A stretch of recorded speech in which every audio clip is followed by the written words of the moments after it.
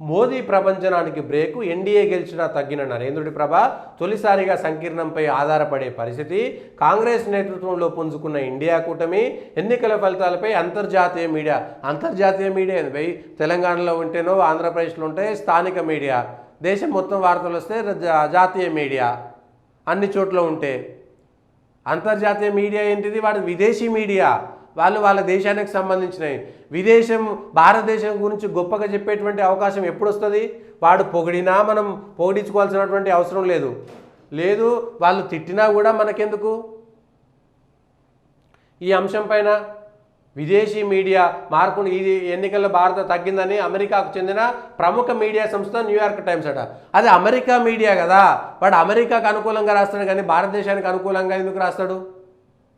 ఏ media అయినా సరే భారతదేశానికి అనుకూలంగా ఎందుకు రాస్తాడు ప్రభంజనం ప్రభ తగ్గిందంట 30 స్థానాలు అయితే ప్రభ తగ్గినట్ట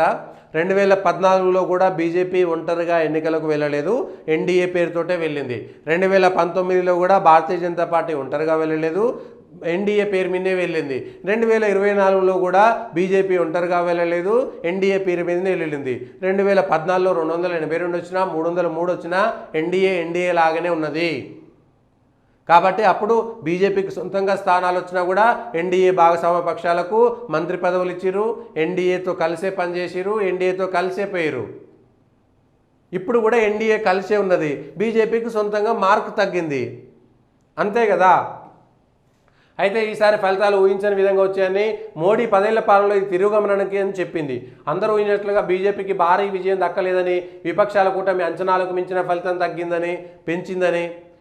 లేదు చచ్చిపోయిన కాంగ్రెస్ని లేపేటువంటి ప్రయత్నం చేసేది తప్పితే ఏమున్నది ఇలా వాళ్ళు అధికారంలోకి వస్తలేరా ముర్రు అని అందరికీ తెలిసిన తర్వాత కాంగ్రెస్ విపక్షాలు గెలిచినాయి అని చెప్పడం ఎంతవరకు సమంజసం ఓడిపోయినటువంటి అధికారంలోకి కాంగ్రెస్ పార్టీ వస్తే సహజంగా మీరు ఇవన్నీ ఏం చెప్పినా ఉంటుంది